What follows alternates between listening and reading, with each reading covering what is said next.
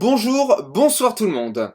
J'espère que votre surveillance de SCP-106-FR se passe bien. J'ai eu des rapports comme quoi vous avez intercepté certains adolescents, félicitations. Par contre, l'usage du taser sur certains, je pense pas qu'il était très utile. Voilà. Donc quoi qu'il en soit, ils ont été amenés au bureau de police le plus proche, voilà, donc ils vont s'en occuper. Je vous laisse encore une petite semaine surveiller les lieux, voilà, ça va vous faire du bien, ça va vous permettre de continuer à faire le roulement. Et on va parler d'un SCP qui est intimement lié à votre mission et dont le gourou Gnimsem faisait allusion. Il était convenu que cette fiche SCP soit lue par mon collègue, qui est donc un agent de sécurité de la fondation lui aussi, et qui s'occupe, en fait, des unités qui sont beaucoup plus expérimentées que vous. C'est-à-dire qu'à la fin de votre formation, vous allez avoir une formation plus intensive et plus dangereuse pour pouvoir, faire partie de son équipe, et à partir de là, vous allez gérer des SCP qui sont beaucoup plus violents, et surtout des SCP quêteurs au niveau de menaces rouges ou noires, beaucoup plus souvent. Voilà, donc quand je vous disais que là, c'est de la rigolade, je plaisantais pas. Voilà. Alors, il n'a pas pu le faire puisque, comme vous avez pu vous rendre compte, c'est moi qui l'a fait. C'est tout simplement parce que il est très très bon dans ce qu'il fait. Vraiment, il sait ce qu'il fait. Voilà, s'il est encore en vie d'ailleurs, c'est parce qu'il est très bon dans ce qu'il fait. Par contre, il a un gros problème et un gros défaut, c'est qu'il est absolument pas ponctuel et absolument pas rigoureux sur ça. Donc voilà. Donc je suis obligé de m'y coller. Alors à vous de me dire si c'est tant mieux ou pas. De toute façon, vous l'avez jamais rencontré. Enfin, vous l'avez croisé normalement de temps en temps, mais vous l'avez jamais rencontré. Enfin bref, on va passer donc à un SCP. On va passer donc à un SCP que vous avez déjà entendu parler quand je vous ai lu la fiche 206-FR et qui faisait partie de la lettre de suicide de Gnimsem, le gourou de la secte, rappelez-vous. Il s'agit de 113B. 113B est identifié par la dénomination SCP-299-FR. C'est un SCP de classe quêteur avec un niveau de menace noire, dont les procédures de confinement spéciales sont les suivantes.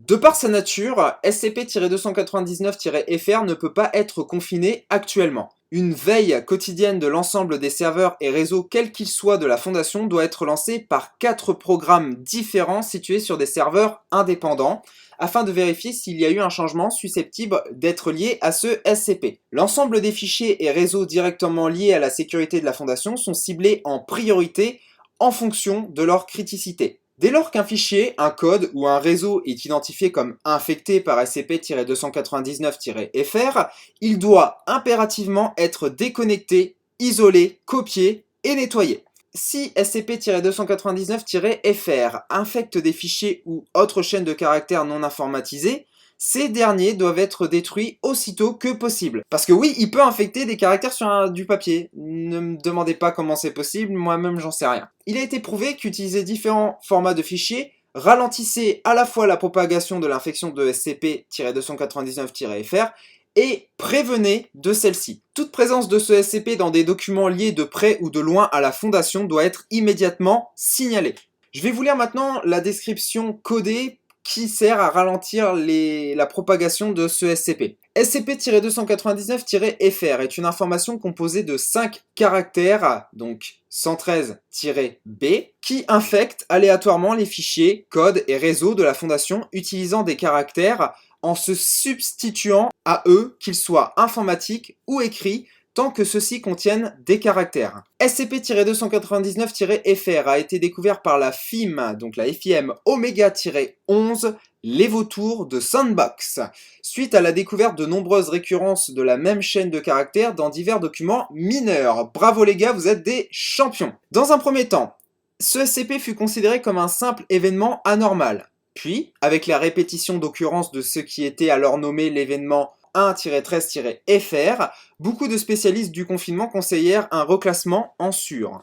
Pendant des années, SCP-299-FR resta classé sûr jusqu'à l'événement 11-3 Bravo, menant à la destruction totale du site 99 via l'activation impromptue de son ogive nucléaire de sécurité. Je viens de faire un SCP avec une ogive nucléaire, il y a quelques fiches, donc c'était celui avant 106-FR.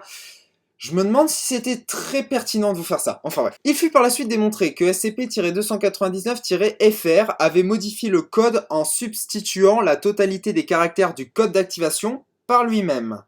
L'ogive fut ensuite déclenchée par l'envoi d'un message venant d'un réseau interne à la fondation, contenant SCP-299-FR, qui était devenu le code d'activation de l'ogive lui-même. On va passer ensuite à l'addendum codé pour ralentir les risques de propagation de ce SCP.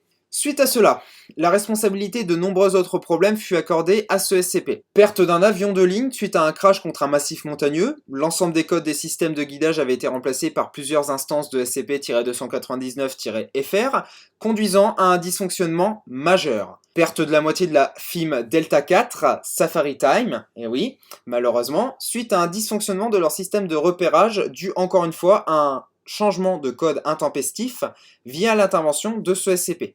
La FIM se retrouva nez à nez avec un SCP prédateur classé depuis Keter rouge. Changement de l'insigne de la façade d'une des sociétés de couverture de la Fondation par SCP-299-FR, alors que la façade était filmée par l'équipe d'un journal télévisé, évidemment bordel de merde. La procédure Gemini 1223 fut appliquée. Note de l'agent Nemresa. Oui, c'est à cause de SCP-299-FR que nous avons intensifié la numérisation des dossiers. Pourquoi ? Tout simplement parce que les fichiers informatiques peuvent être copiés et sauvegardés rapidement, à l'inverse des fichiers papier. Nous avons perdu 12 ans d'archives du site avant de nous rendre compte de ce qu'il se passait, d'où l'intérêt de consulter et gérer régulièrement ces archives. L'origine de SCP-299-FR est actuellement inconnue. Néanmoins, il est possible que le groupe d'intérêt Nemo et le Nautilus soient impliqués dans sa création. C'est tout pour cette fiche. Alors vous allez peut-être vous dire, mais what the fuck, et pourquoi tu me lis ça? Enfin, à quoi ça sert? Eh bien tout simplement parce que même si jamais ça n'a pas un lien de près ou de loin avec SCP-106-FR-02, le gourou de la secte, il en fait quand même allusion dans sa lettre. Alors peut-être qu'il y a des choses qu'il savait et qu'on ignorait, c'est fort dommage qu'il se soit tiré une balle dans la tête, mais en attendant, on aurait bien aimé lui demander. On peut faire n'importe quoi à la Fondation, mais ressusciter les morts de quelques années, qui plus est, c'est généralement très compliqué. Voilà. Donc au moins, je vous ai lu la fiche, vous le savez. Je vous laisse continuer votre mission, vous allez rester encore une petite semaine, hein, voilà, hein, ça va pas faire de mal, ça va vous permettre de continuer à rouler et continuer à faire vos jours, nuits, etc., votre roulement, et surtout à vous souder les uns les autres. Je vous laisse vaquer à vos occupations, à votre surveillance. Bonne journée, bonne soirée ou bonne nuit, et on se retrouve dans une semaine pour le débriefing et la prochaine mission. Ciao!